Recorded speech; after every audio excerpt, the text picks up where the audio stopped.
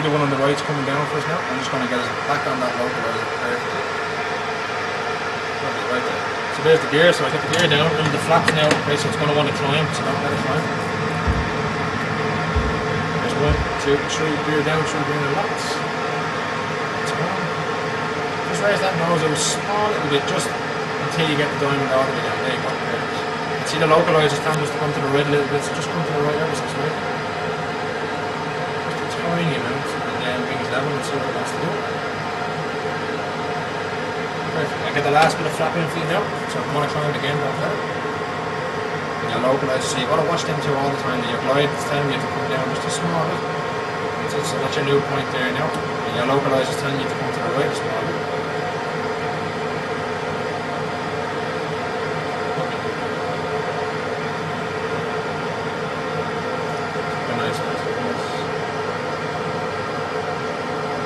See your glide slopes going down, so you need to lower that nose down. There you go, just there, hold it right there now.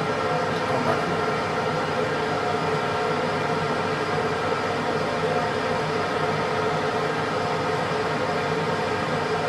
So it's still not moving back upwards, so just lower that nose, hold it right there, carefully.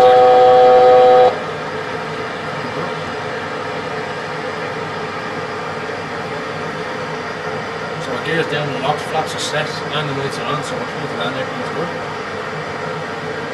2,500.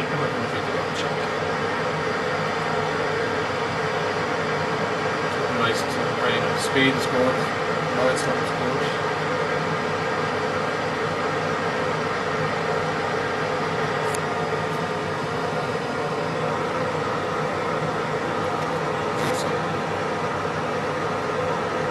Keep your scan going, so your speed is perfect, your localizer is perfect, your glide slope is perfect. Start to raise your nose up a small little bit now. See that glide slope? It'll go on you and the blink of an eye, so you have to keep watching it all the time. So, and once we raise the nose up, we have to put a bit of power on the engines. So, just a small bit. Watch your turn there, your turn there. There you go.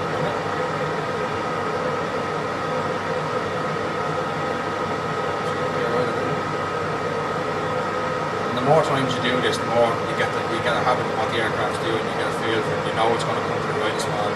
So you anticipate it. So there's the outer markers. That means we have to be stable at that point. It's the OM that's flashing, which we are, so we can keep going. If we weren't, we'd have to go around straight away.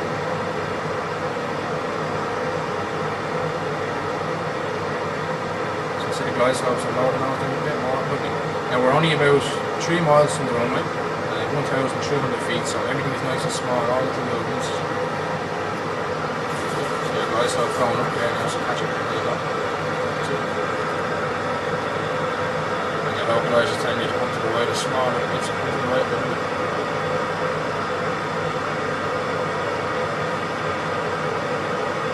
1,000. That's a big thing.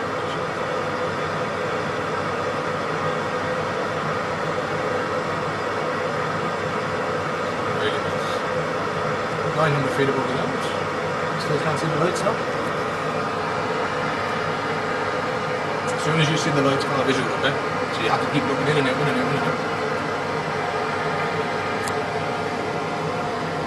Don't forget about your glide slope as well. 500.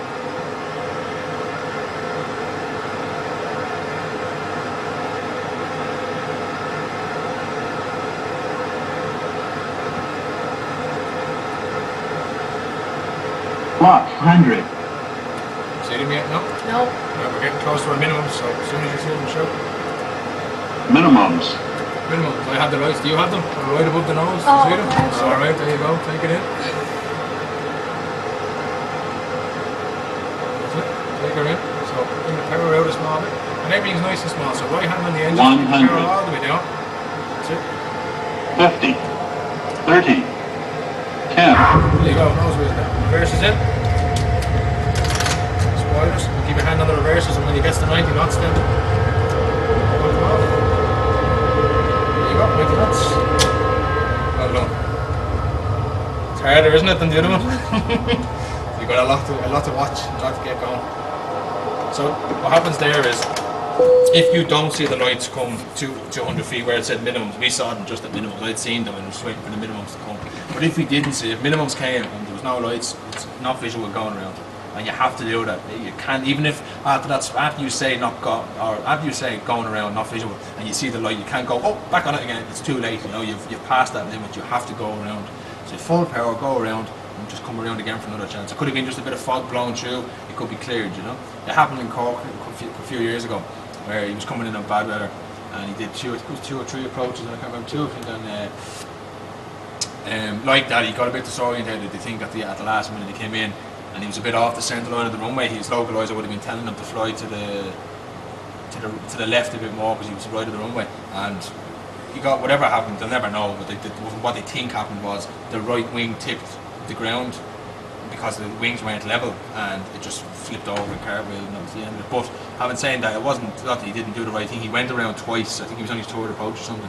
He should have been thinking on the lines of, right, I'm going to divert somewhere else, back up to Dublin or over to Shannon, wherever the weather was better, you know, because I know I did all my training in Cork, so I know what the weather's like in Cork. Cork just sits on a hill, so just fog sits there all day. And the chances are, if it's foggy and you miss two approaches, it's not going to get much better for the tour, and, you know. So the chance, you know, thinking myself, and I got caught out before I went to Waterford. I took off, turned left to go to Waterford. Beautiful in Waterford. Came back with a big pocket of fog sitting over Cork, so I couldn't go into it, you know, so we had to divert back to Waterford again. But it does happen, you know. You have to be able to make the choice. This doesn't look good and going around, you know. So, and the way they train the lads in here is, we train them to do every approach to a missed approach, and a landing is a bonus. That's what we say to them. So they train every time they do a brief, they're expected to go around, follow the missed approach, and if they get in and land, it's a bonus. So stop them thinking, I have to get it down, I have to get it down, you know. So, and they have plenty of fuel and stuff to do it, you know. But the passengers don't like it. It's a bit of an inconvenience to them, but trust me, if they knew the outcome of doing it the other way, they'd be glad if you going around, you know. So, did you enjoy it anyway? Time flies and you're having fun, doesn't it? So, next time you're up, you know an awful lot of stuff, so the next time you come up, if you do come up, you know, practice on the sim, practice this is exactly like that in the simulator. So if your ILSs were a bit bad in the sim or whatever, you've got a bit of things to practice now. You can remember some of the pointers and stuff, and I think your dad was recording some of the stuff, so you'll be able to look at it again and say, what was he talking about there and then, you know. So, you happy with it, Jack? You enjoy it, Jack? Good stuff. Right, so the next time you come up, if you do come up, if I'm not here, if it's one of the other lads, tell them you were here before, tell them what we did, all this sort of stuff, and you can do other things with you. I know we didn't get a chance to do the engine failure, we can do engine failures with you, we can do decompressions, we have the masks here, so we can do the decompressions the next time and things like that, and we'll go up higher or whatever. We'll do other things, you know, there's plenty to do, trust me, there's never nothing to be done, but you did very well, I have to say. Alright? Come back. Right, so we can jump out, mind your head getting out.